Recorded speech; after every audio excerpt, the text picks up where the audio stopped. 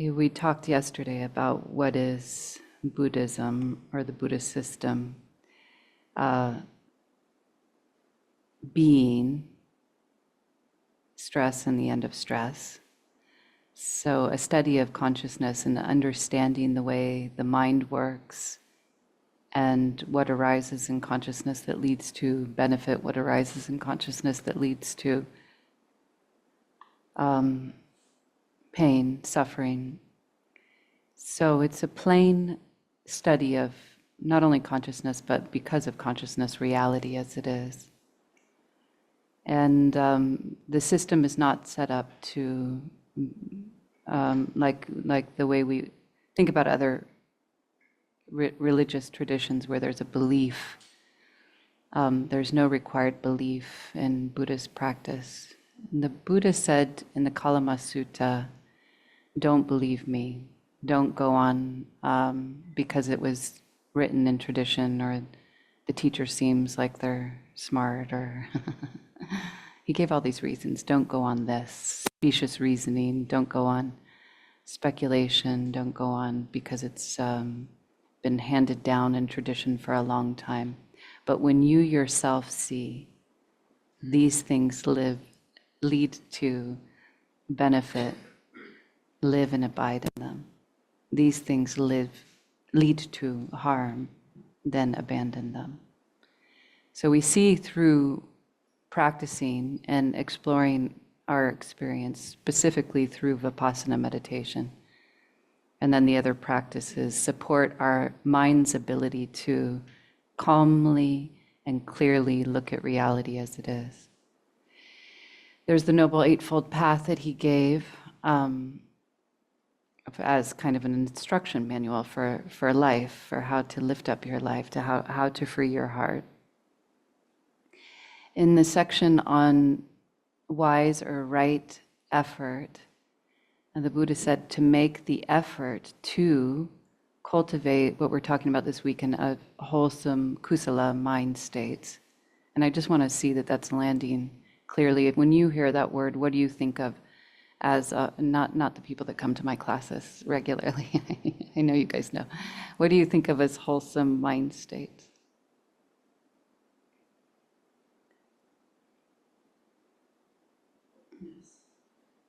Openness.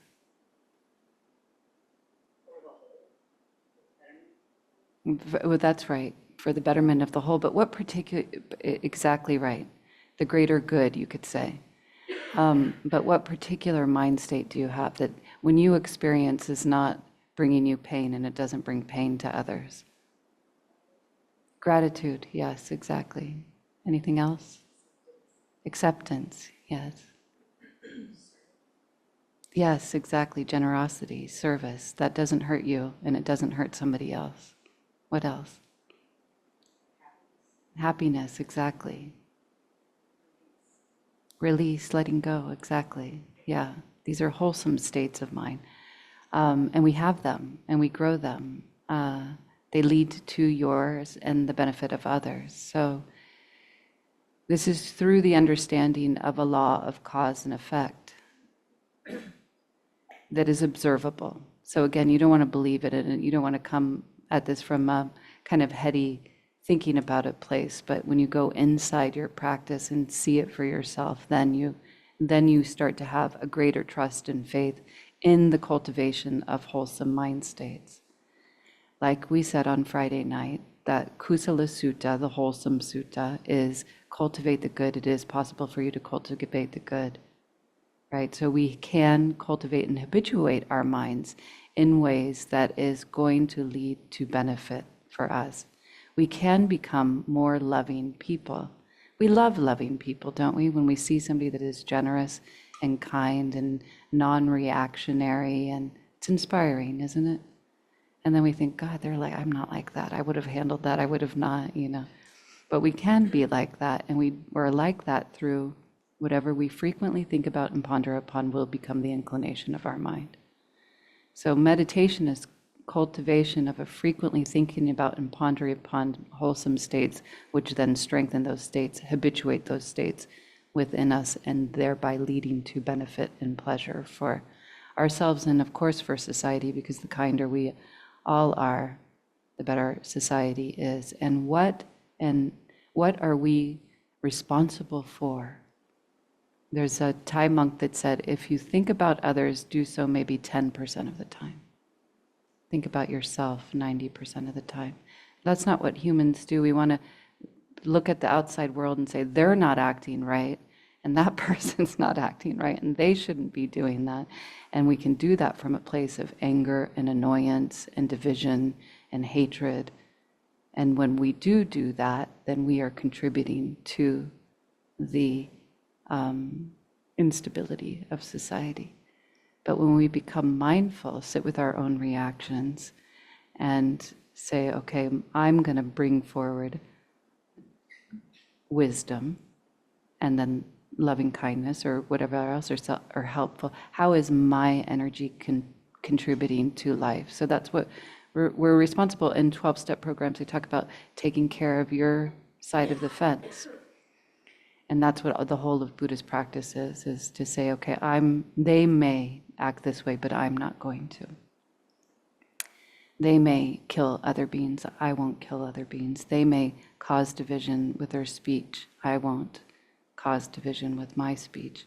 I will speak words that bring people together, that harmonize people.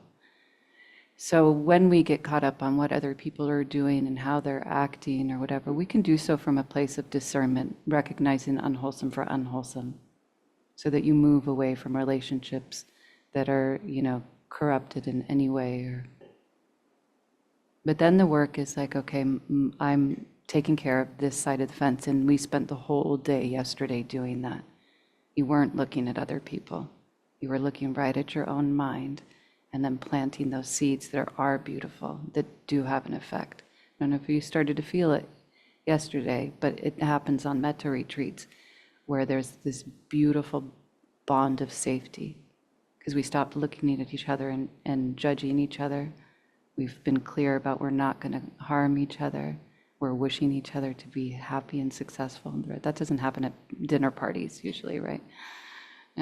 Social situations are not that. They're full of competition and dominance, and it's in there. It's in there. We have the good qualities in there. We do throw a dinner party and want people to be happy. We do give gifts to other and delight and them being happy. But then there's the mix, right? But when you spend a whole day where all of us are watching our side of the fence and radiating thoughts of love and kindness, there's nothing more powerful.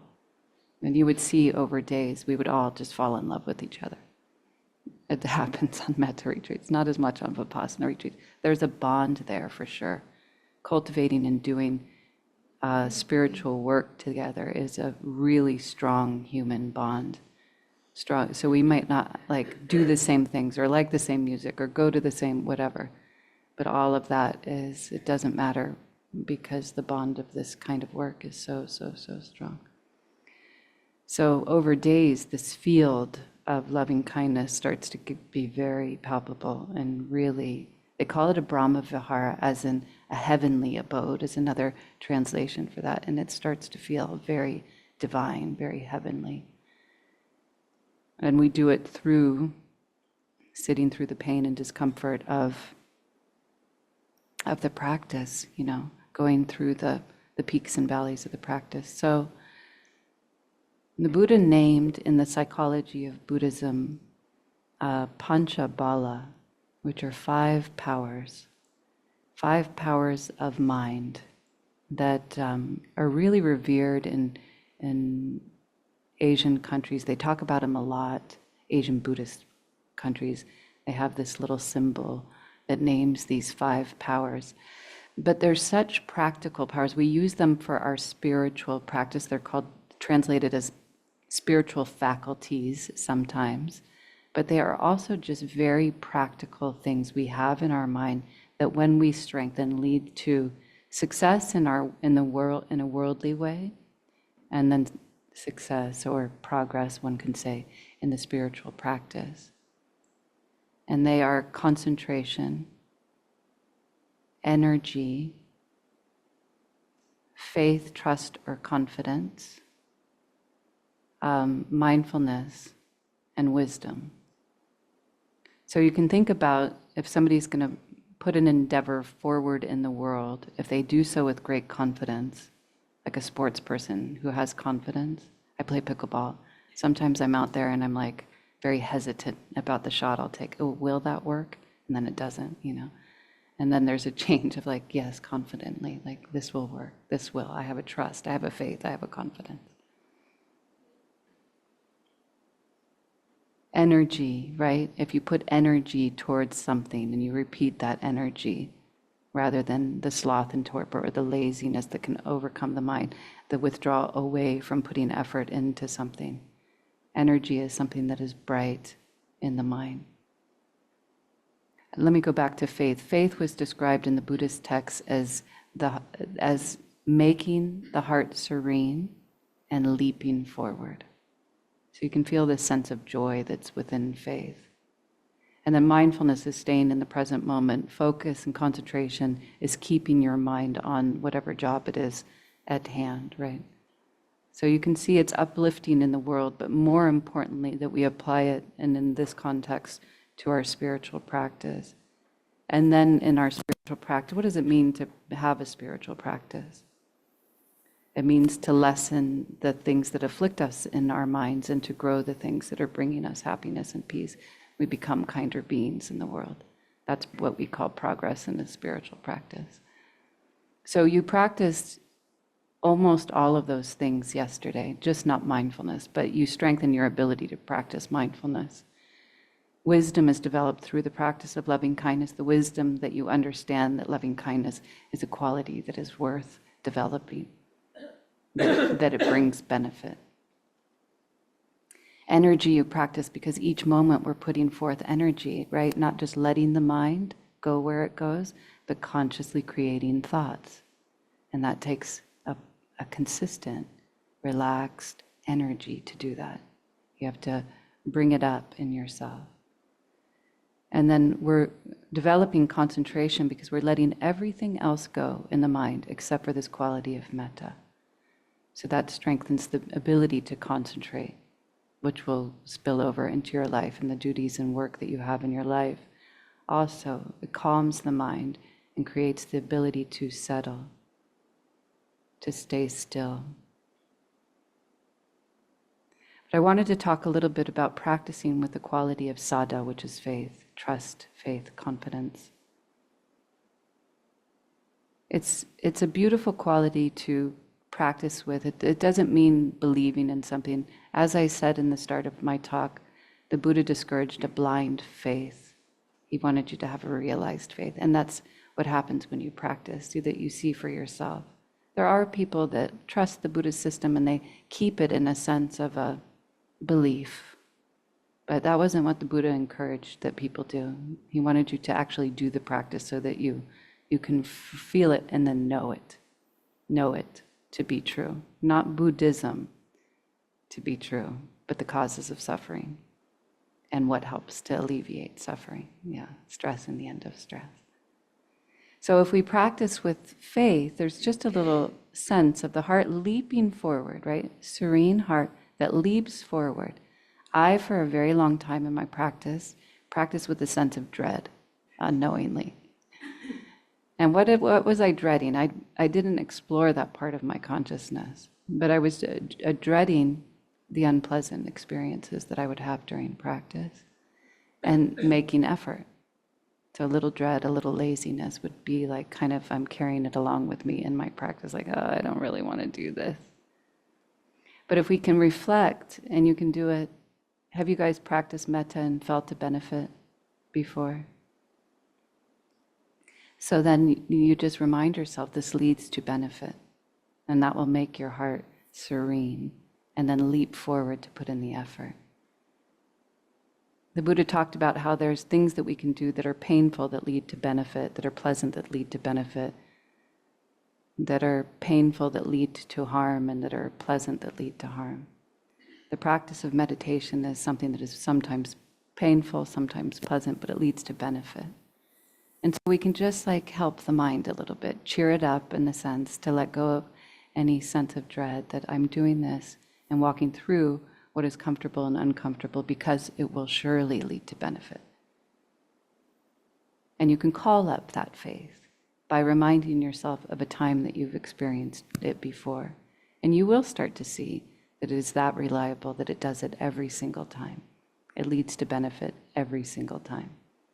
And we do it a moment, we're putting a moment of benefit, and a moment of benefit, and a moment of benefit. And the benefits become more and more vast as the heart becomes more and more free from the practice.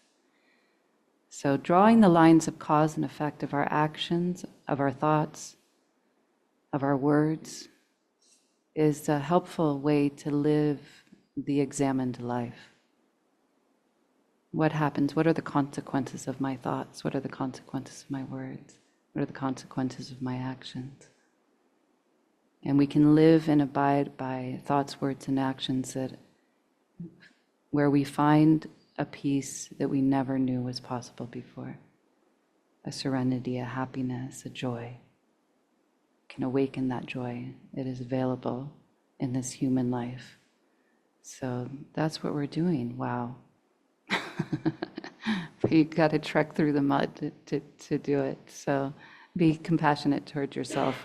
If today you have some pain and difficulty, know that it is part of it.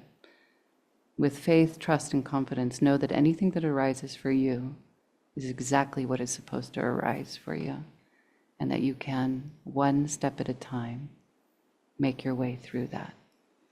Don't, when it becomes really painful, turn around in the other direction. Don't back away. You might soften, you might change the quality of your effort, but don't turn in the other direction. Stay going forward through all of it. Yeah, and it will change. Okay, so let's practice together. We're going to keep with the same categories as we were yesterday for the first two practice sessions. Today in the afternoon, we'll expand those categories. So if you're working with the one person, that helps to develop concentration more, then you start with yourself.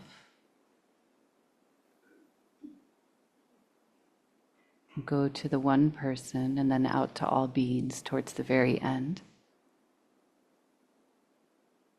And then if you're working geographically, yourself, everybody here, and then all beings. So I'll guide for the morning sit, but not for the rest of the day.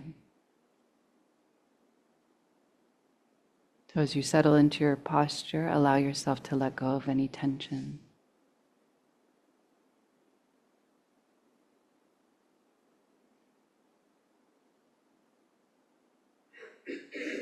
Release any gripping around your heart, your head, your shoulders, and take any kind of breath that will help you to settle more into your body.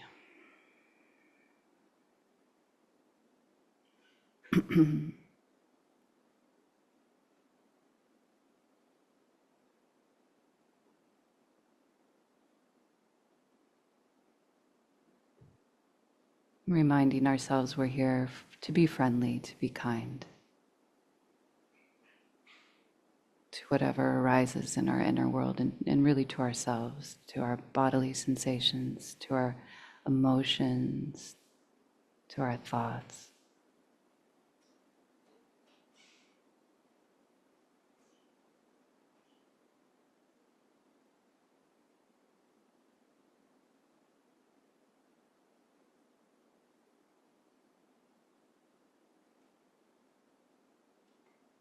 Letting go of judgments, letting go of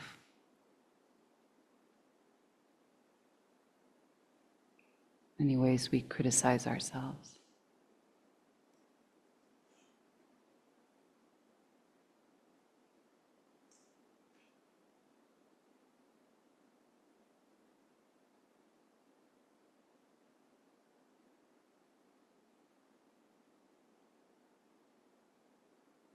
Allow yourself to relax into that one job,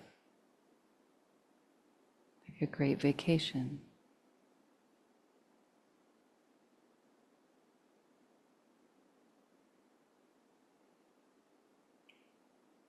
protecting the mind from the negativity, the most restorative kind of vacation.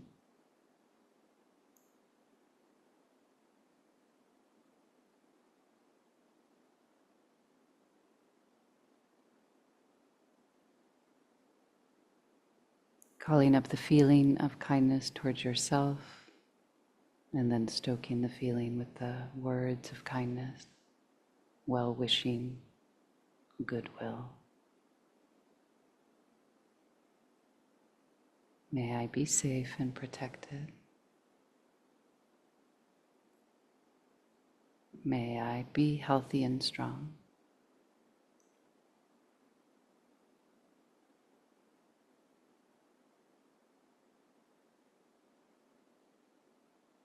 May I be happy and peaceful.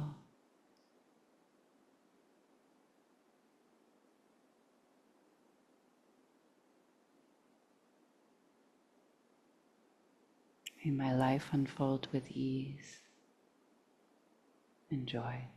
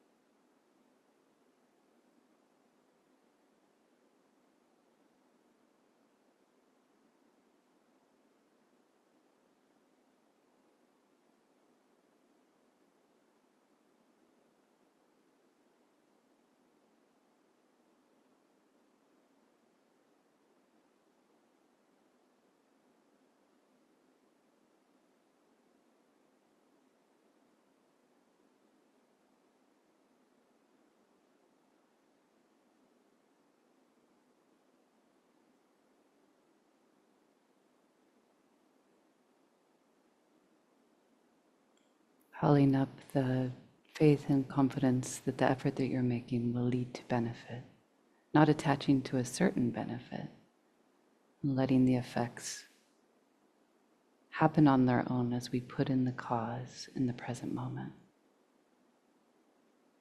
with confidence, with faith, with trust.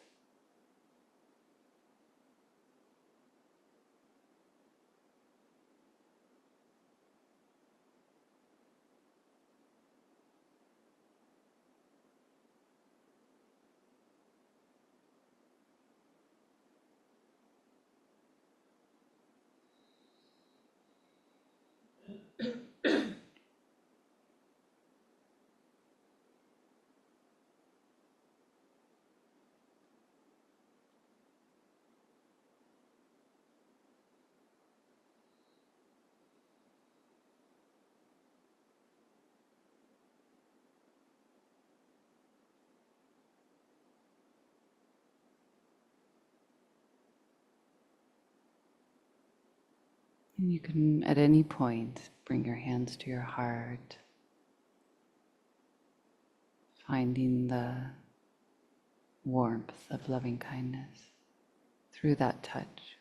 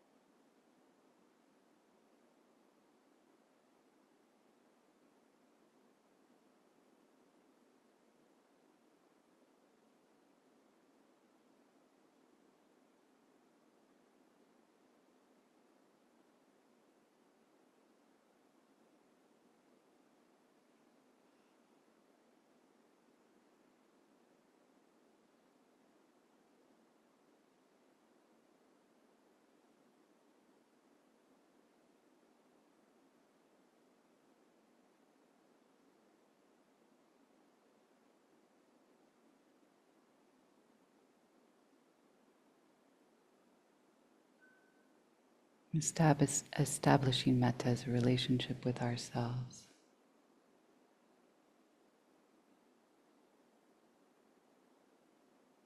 Consolidating it, making it the vehicle of our expression.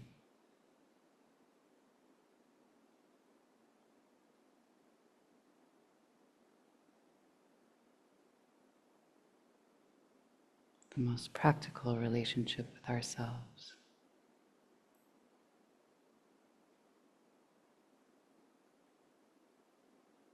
The most beneficial.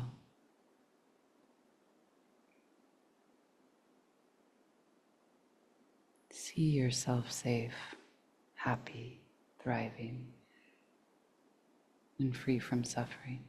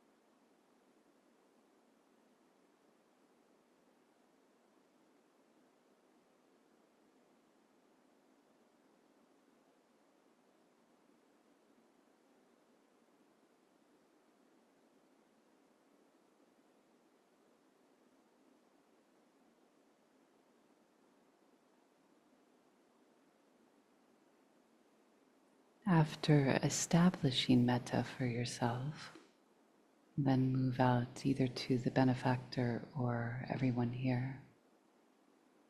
So working intuitively.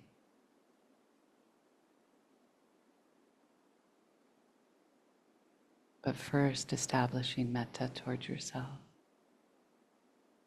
like you really believe it.